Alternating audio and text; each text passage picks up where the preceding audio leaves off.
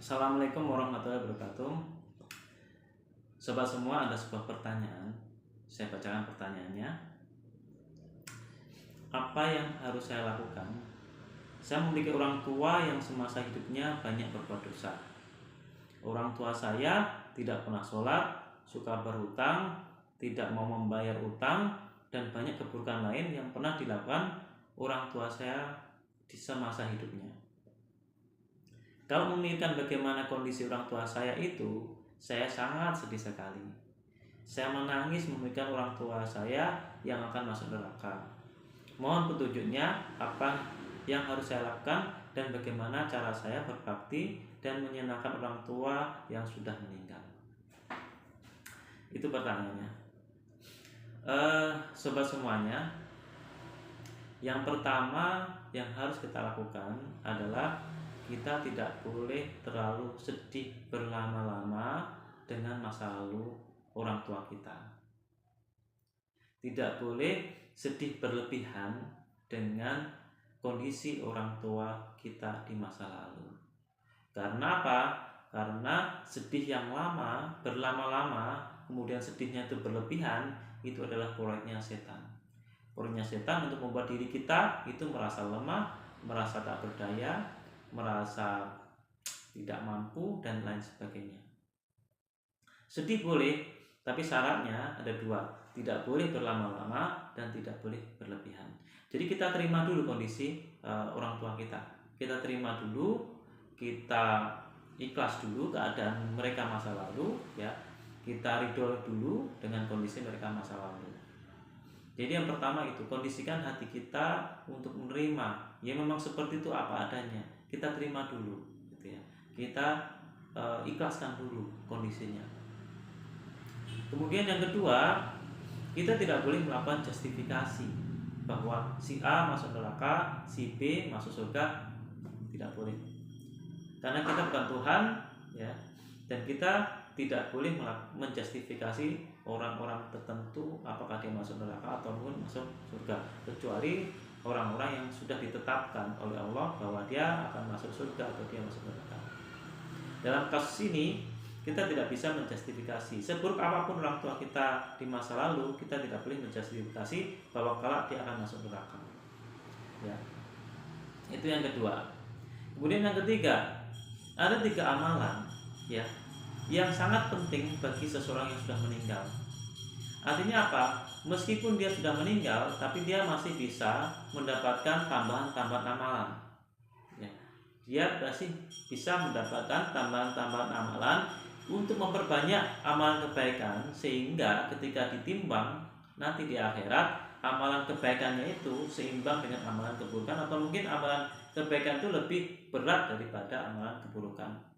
Ketika amalan kebaikannya itu lebih berat, insya Allah maka orang ini akan masuk ke surga. Apa itu 3 amalan itu? Saya bacakan ya. Dari hadis riwayat Muslim, jika seseorang meninggal, maka terputuslah amalannya kecuali 3 perkara. Yang pertama adalah sedekah jariah. Yang kedua, ilmu yang bermanfaat. Yang ketiga adalah doa anak yang soleh. Itu 3 amalannya. Nah, lalu pertanyaannya, bagaimana orang tua kita atau orang tua yang sudah meninggal itu mendapatkan tambahan amalan? Dari siapa? Ya, dari siapa dia mendapatkan tambahan amalan? Jawabannya adalah dari sobat semuanya. Dari kita anak-anaknya. Kitalah tumpuan harapan yang benar-benar diharapkan oleh orang tua yang sudah meninggal. Ya, mereka mengharapkan anaknya ini benar-benar mensuplai pahala, ya, mensuplai amalan agar timbangan amalan kebaikannya itu semakin banyak. Kita yang berkewajiban menambah pundi-pundi amalan orang tua kita yang sudah meninggal. Lalu ya, ada 9 hal yang perlu kita lakukan untuk menambah amalan kebaikan orang tua kita dan membahagiakan orang tua kita. Apa itu? Yang pertama, kita perlu memaafkan orang tua kita, ya. ya mungkin orang tua kita banyak berbuat salah sama kita, banyak berbuat dosa bagi kita, maka kita memohon kepada Allah, ya Allah, ya aku maafkan orang tuaku, ya Allah ampunilah dosa-dosa orang tuaku karena aku sudah mengikhlaskan semua kesalahan-kesalahannya. Kata maaf, kata memaafkan kita pada orang tua itu artinya adalah ketika orang tua memiliki dosa kepada anaknya, maka dengan maaf kita dosa itu akan hilang. Ibaratnya orang tua memiliki dosa yang banyak, ya. Nah, ketika kita memaafkan kesalahan-kesalahannya, maka sebagian dosanya ini akan berkurang. Yang harusnya segini, ya kemudian karena kita memaafkan menjadi seperti ini. Artinya itu meringankan beban orang tua kita. Jadi yang pertama itu. Yang kedua adalah kita perlu menjadikan diri kita sebagai investasi amal kebaikan bagi orang tua kita. Ya, kita perlu menjadikan diri kita menjadi investasi kebaikan bagi orang tua kita. Dengan cara apa? Dengan cara misalnya banyak beribadah. Dengan cara banyak berbuat baik, banyak menolong orang lain. Jika kita bersedekah, maka niatkan sedekah kita juga untuk orang tua kita. Jika kita berbagi kebaikan, misalnya Bapak Ibu sebagai seorang pengajar, maka niatkan bahwa amalan mengajar ya itu juga untuk orang tua kita. Jadi intinya adalah setiap kebaikan yang kita lakukan, niatkan itu pahalanya juga untuk orang tua. Ya, termasuk diri kita harus berproses menjadi yang sosok yang lebih baik lagi, menjadi sosok yang lebih soleh lagi, agar apa? Agar orang tua kita mendapatkan amal jariah dari didikan dia masa lalu. Ya, mereka mendidik kita sehingga kita menjadi besar ya seperti sekarang ini, maka kita perlu memperbanyak ya berbuat baik, memperbanyak beribadah agar mereka mendapatkan pahala jariah. Itu menambah pundi-pundi pahalanya. Itu yang kedua. Kemudian yang ketiga, kita perlu memperbanyak istighfar, memintakan ampun pada Allah atas dosa-dosa orang tua kita. Setiap selesai sholat ya kita mintakan ampun, ya Allah ampunilah kedua orang tuaku, ya sayangilah mereka. Intinya kita minta ampun pada Allah agar Allah berkenan mengampuni dosa-dosa orang tua kita. Ada sebuah hadis ya yang sangat menarik untuk kita cermati nih sobat. Nah ini hadis ini ya kelak ada orang-orang yang kaget ya, dia dosanya banyak, dosanya besar, tetapi tiba-tiba dosanya itu habis, dosanya itu hilang. Dia kaget, ini kenapa kok bisa seperti ini gitu kan. Saya bacakan dulu hadisnya. Sungguh Allah benar-benar mengangkat derajat seseorang hambanya yang saleh di surga. Maka ia pun bertanya, wahai Robku, bagaimana ini terjadi? Allah menjawab, berkat istighfar anakmu bagi dirimu. Jadi Allah mengangkat derajat seorang hamba itu karena istighfar dari anaknya.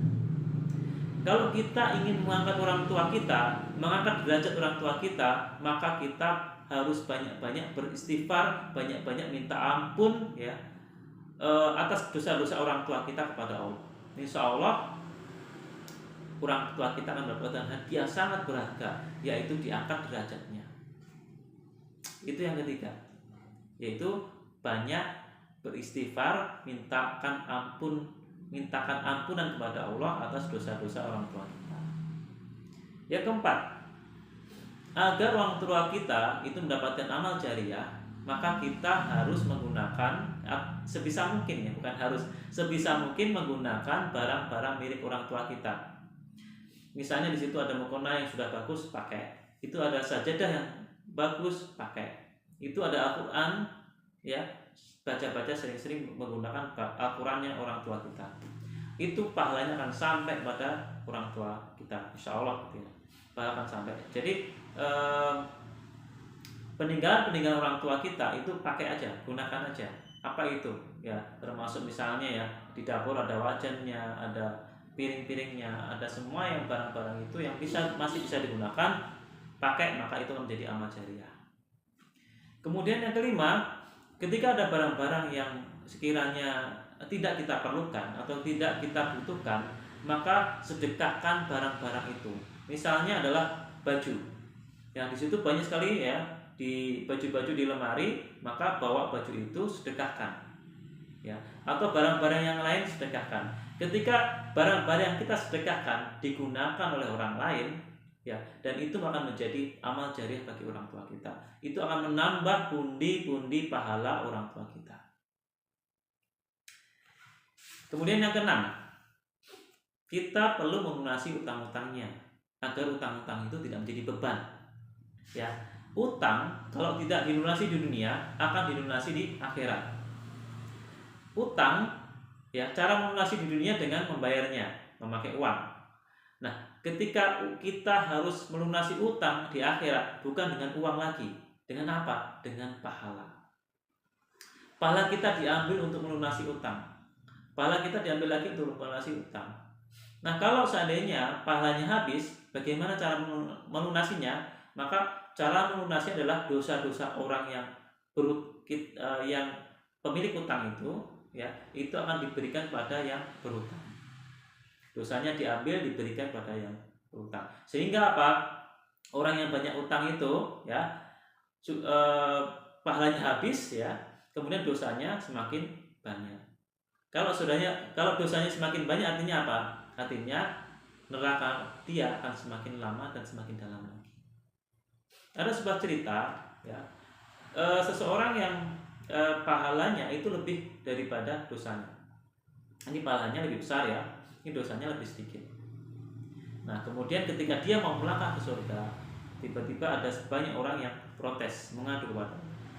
Ternyata orang ini banyak sekali melakukan kezaliman. Kezaliman, ya, itu termasuk utang yang tidak dibayar, barang yang dipinjam tidak dikembalikan, kemudian kata-kata kotor yang menyakiti hati orang lain, kekerasan fisik, itu termasuk kezaliman. Orang-orang yang ini menuntut, akhirnya apa? Pahala dari seseorang yang banyak berbuat zalim ini diberikan. Habis pahalanya, dosa-dosanya ini, ya, ditimpakan kepada orang yang banyak berbuat zalim. Lalu bagaimana? Lalu yang awalnya itu senang bahagia karena pahalanya itu bisa lebih besar daripada dosanya, dan dia tinggal melangkah lagi masuk surga. Pahala-pahala yang dia dapatkan dulu dari sholatnya, dari membaca Qur'annya, dari banyak sedekahnya, itu habis sehingga dia gagal masuk surga. Bahkan karena dia mendapatkan dosa dari orang lain, akhirnya dia dijebloskan ke neraka. Makanya hati-hati ketika kita berbuat zalim, termasuk hati-hati ketika kita berutang. Lebih baik kita lunasi di sini daripada kita melunasi di akhirat kelak. Kemudian yang ketujuh, kita perlu meminta maaf, ya, meminta maafkan pada orang-orang yang dulu pernah dizolimi oleh orang tua kita. Sama, ya, bentuk kezaliman itu adalah utang. Nah, cara menghilangkan kalau di dunia ini adalah dengan meminta maaf. Kemudian yang kedelapan, kita perlu mempertahankan silaturahmi. Orang-orang yang sahabat-sahabat orang tua kita, saudara-saudara kerabatnya, kita perlu menjaga silaturahminya. Terakhir, kita terus berdoa tanpa kenal lelah, ya. Rabbana gfirli wali walidayah walil mu'minina yauma yaqumul hisab. Itu salah satu doanya. Atau Rabbikfirli wali walidayah warhamhuma kama rabbayani shaghira. Itu juga doa yang lain yang bisa kita ucapkan setiap hari atau setelah selesai sholat. Nah, itulah 9 hal yang harus kita lakukan ketika ada seseorang yang merasa orang tuanya itu banyak berbuat dosa dan orang tuanya itu sudah meninggal. 9 hal ini yang bisa kita lakukan. Terima kasih, semoga bermanfaat. Assalamualaikum warahmatullahi wabarakatuh.